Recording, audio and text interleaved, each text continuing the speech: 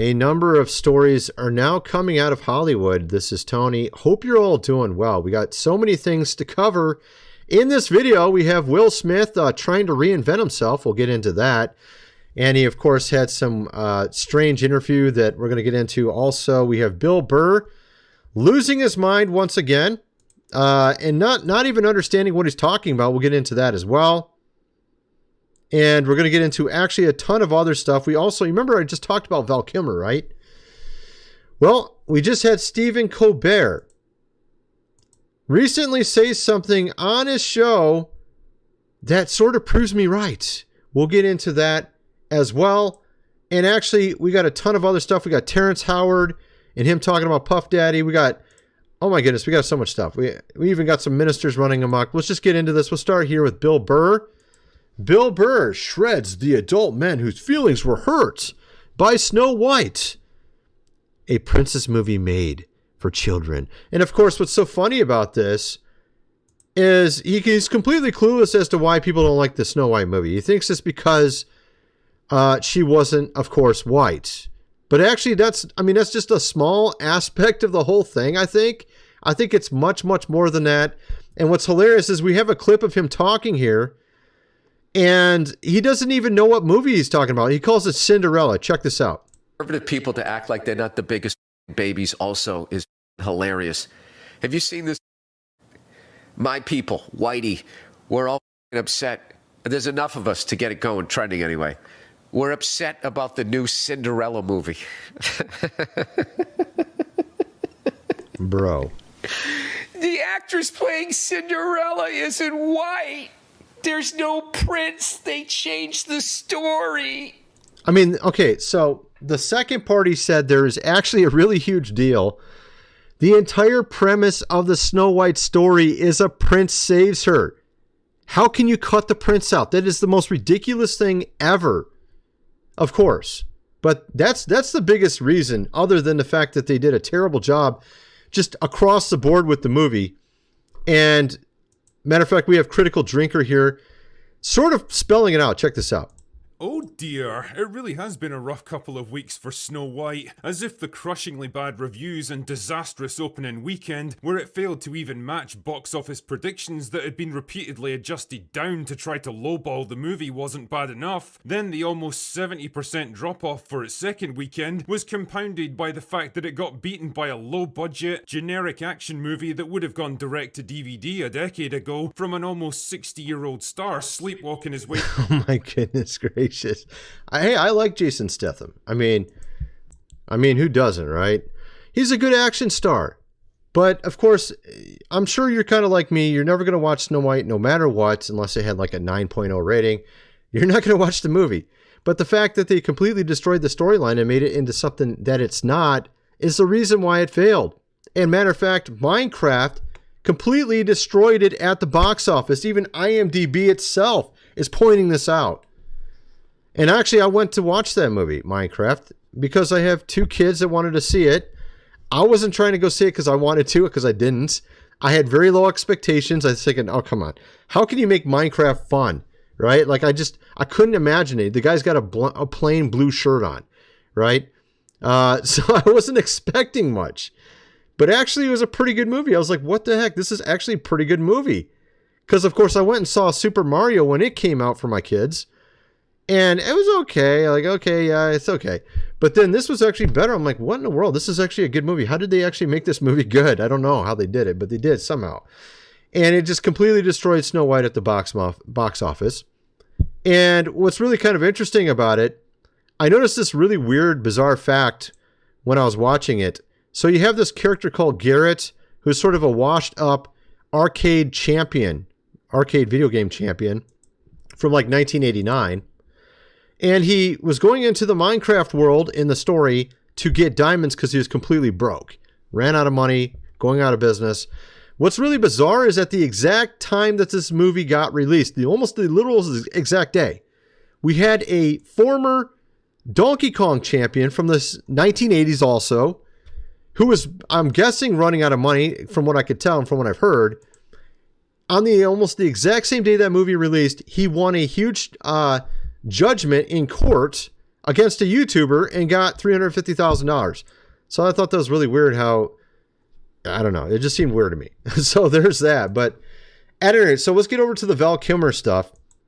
Now remember, I talked about this in a previous video. Val Kilmer dies at 65. What was that, about a week ago now?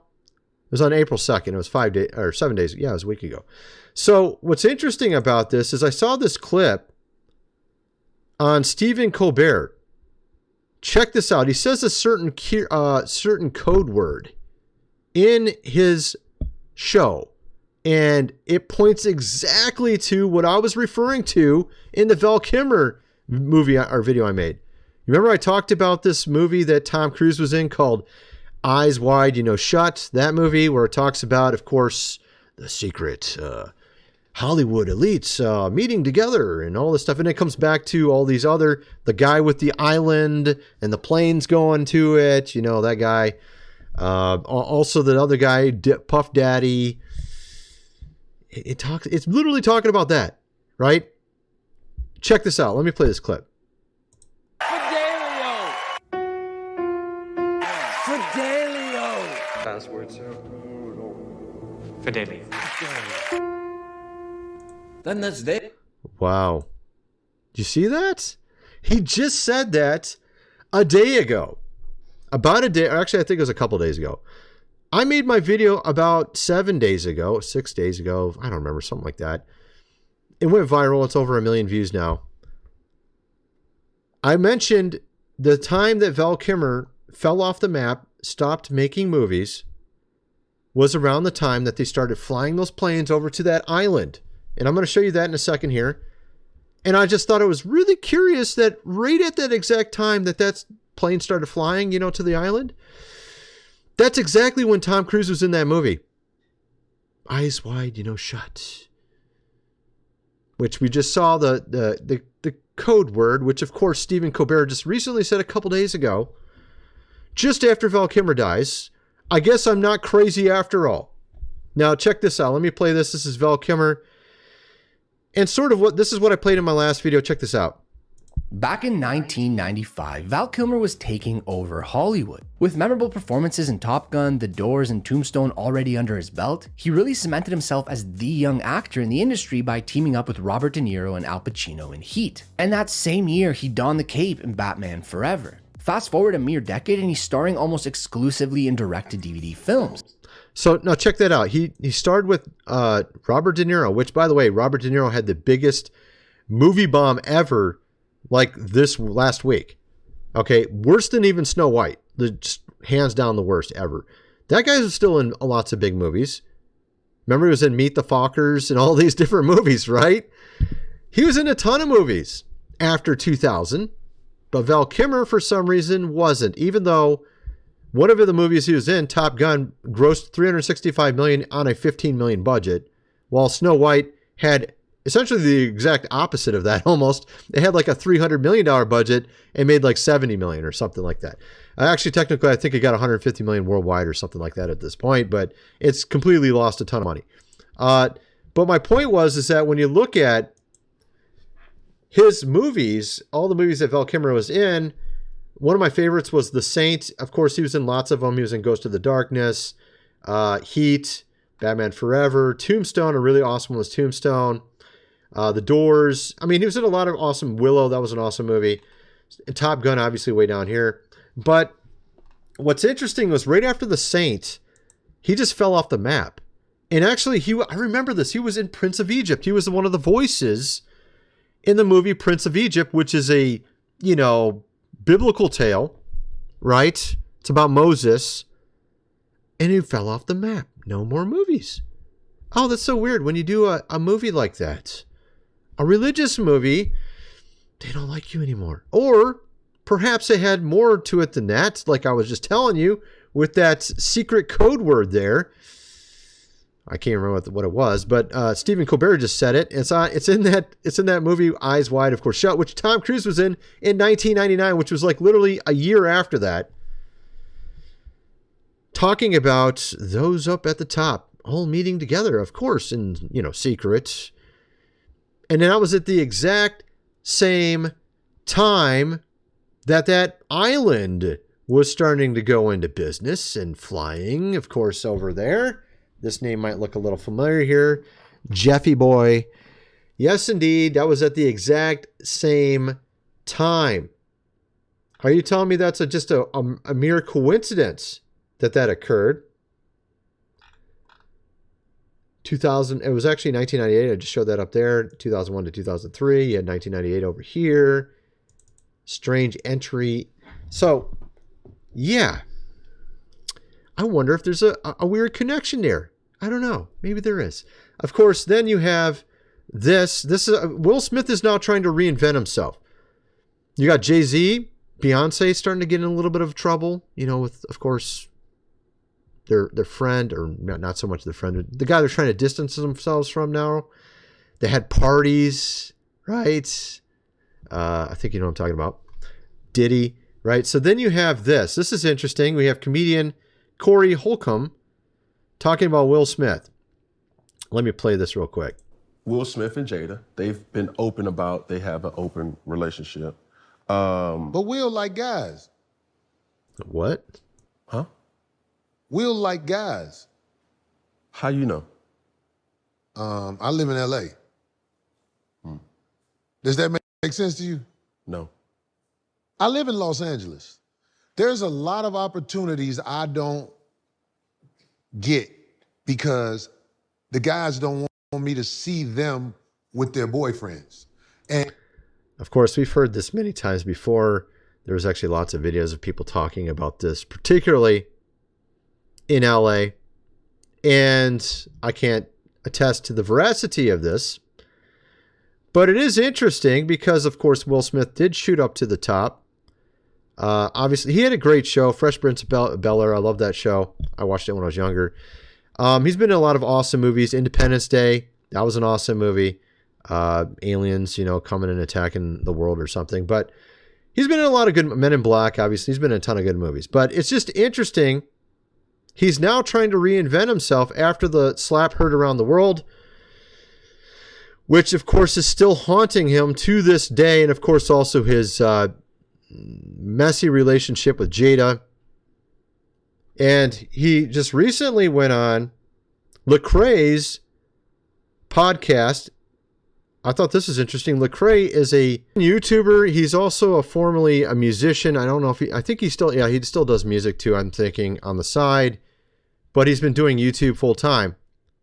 And here he is interviewing Will Smith about his spiritual journey.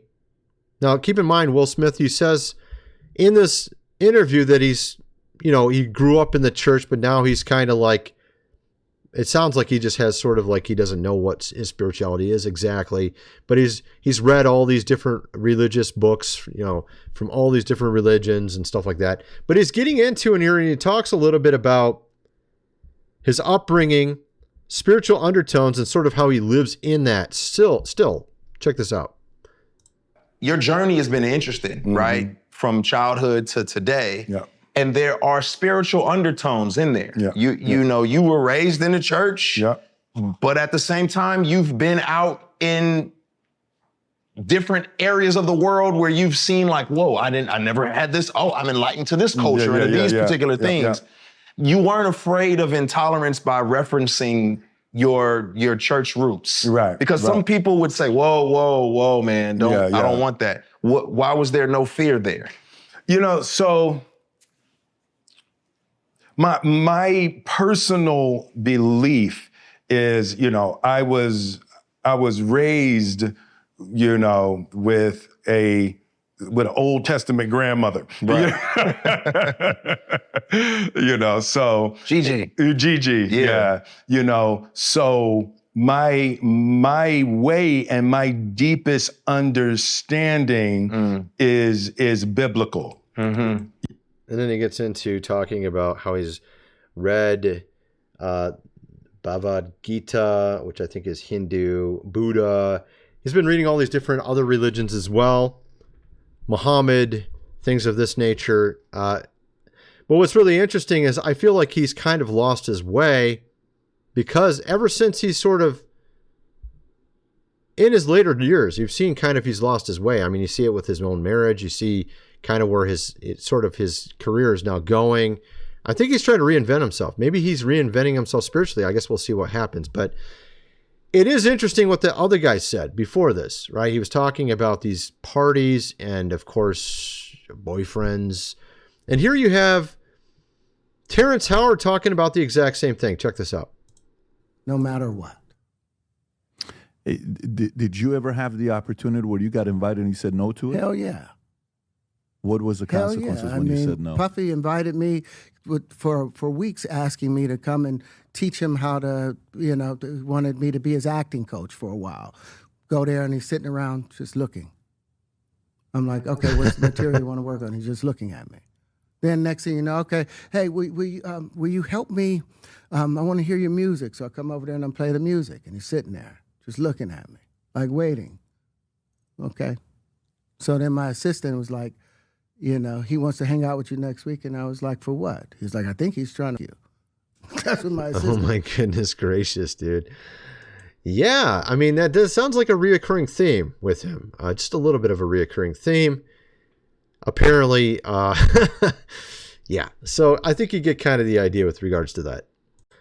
Yeah, so, I mean, we've seen that many times. Then we have this. I'm going to get into some of these ministers. So I feel like we're dealing with some spiritual things here, my friends. I think that's what we're dealing with within Hollywood, within our culture, even in the church. I don't think the church is on track either. I'm seeing it everywhere. And we have these ministers, particularly one, we have two of them actually, two really big ones. One of them is actually head of the faith office for our president, and she's doing some crazy stuff. We'll get into that. We also have this lady here, Catherine Crick, and check out what she's trying to do. She's trying to gain money from doing things. Check this out. And so, okay, just to sort of set the stage here, she claims to be a minister. She claims that she's trying to do God's work, but then she requires a ton of money. All right, check this out. We had this lady want to come here and minister, and of course, we believe in ladies in the ministry here. Praise God, we got some ladies around here, preach circles around, a lot of men I know. So we're all for releasing ladies in the ministry, but this lady reached out through somebody else. She couldn't even call me. Reached out and said, I'd like to come to your church. I'd like to do deliverance. And I'm like, well, we do deliverance all the time. We don't need somebody to come in here and do deliverance for us. We know how to cast out demons, praise God. Yeah, but I got a different flow. I bet you do. And she's like, 2-night crusade. I'll do it cheap, half price, $10,000. Say what? Now, if I'm lying, I'm dying. Now, this has been a couple years, probably 2 or 3 years ago when we was really getting into it and everything was happening. So I'd have to go way back in my text, but I can show you right here because I keep all of it and I don't have So you can tell there she's actually asking for $10,000 just to come. And then on top of that, she was asking him to call her, but he had to have to pay her $500 just to talk to her on the phone. So I don't know what you think about this. Of course, she denies any and all of this. She's recently said this. Thank you, Lord. And I also want to clarify something. Speaking of false accusations, there was a false accusation that went around this week because someone thought an impersonator was me. There was another host. Because there's people who reach out to me. The only way you can possibly book me, invite me to come to your church or do an event in your city or nation is by going to our official email, info5fchurch.org. So she's claiming that she didn't actually contact him, but that it was an impersonator. I don't know. I don't think so. From what I can tell, it's not the case. But I'm actually thinking this, because this isn't the first person to show this type of stuff. She's actually asked for money from a lot of people, from what I've heard, and from what I've seen. And the evidence tends to point that direction. So you have these type of ministers that are just trying to get money. And I think this is a false spirit. Some people would call it Jezebel. I call it Lilith because I think Lilith was behind Jezebel. And it's a false feminine, which of course I think is what's taken over Hollywood as well, by the way. Because you see a lot of this woke stuff is all about putting women, of course, above, men. And you've seen that men are basically not seen as, are they ever put in a noble position anymore in a commercial. You watch a commercial on TV for whatever, they always are making fun of the guy. You ever notice that? You don't ever see it in a positive light anymore, right? So this, I believe, is sort of this Lilith spirit, and this goes way back into ancient times. This goes to all these ancient religions in the past, Inanna, Ishtar, Aphrodite, and these myths are all connected. He actually made this chart, my researcher did, showing all of this, their origins, Egyptian mythology, Jewish and Mesopotamian. And it's interesting how all of it ties in, because you remember I did a video recently about Lady Gaga, and it was actually my other channel. I don't think I did it on this channel. And there was a skit where she was on SNL, Saturday Night Live, where she was in a diner. It was supposed to be kind of like an Applebee's, but it wasn't. And someone lied about it being their birthday so they could get free food. And then all of a sudden they caught her lying. So these demons came out, and like this weird, just devilish creatures came out. And one of them was named Lamashtu. And Lamashtu is the name Lilith in another language. So that was Hollywood. That's SNL. Literally telling you. Essentially, it's a Jezebel spirit. And, of course, this is Lady Gaga, who's part of this whole thing. And I just thought that was really interesting. I didn't even realize that. My researcher pointed out Lamashtu was actually a real being in the ancient times and related to this Lilith. So it's just really kind of weird looking into all this. And I'll actually put this document on my website if you want to look into it.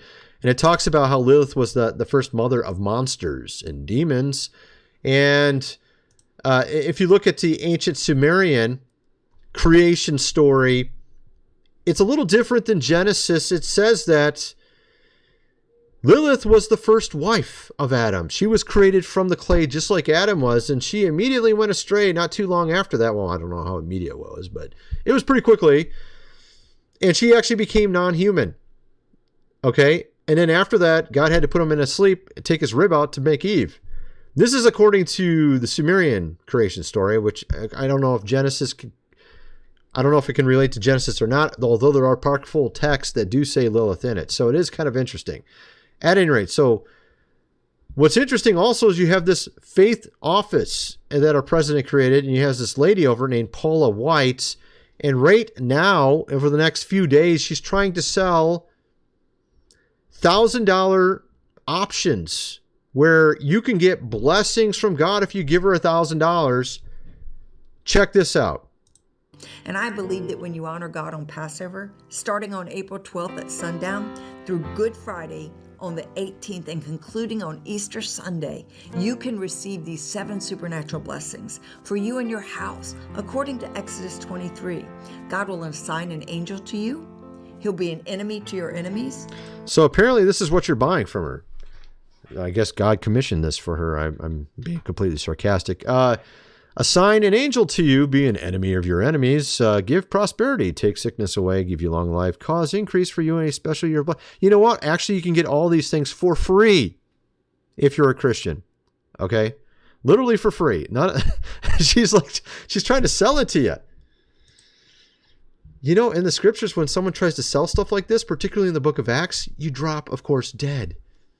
I don't even remember. There's a couple stories like that where they tried to sell things. You had Simon Magus trying to buy the gift, the spiritual gift, the miraculous gifts that Peter had. And actually, what's interesting, you look at these apocryphal texts, they talk more about Simon Magus versus Simon Peter. They actually had some sort of spiritual war going on between the two.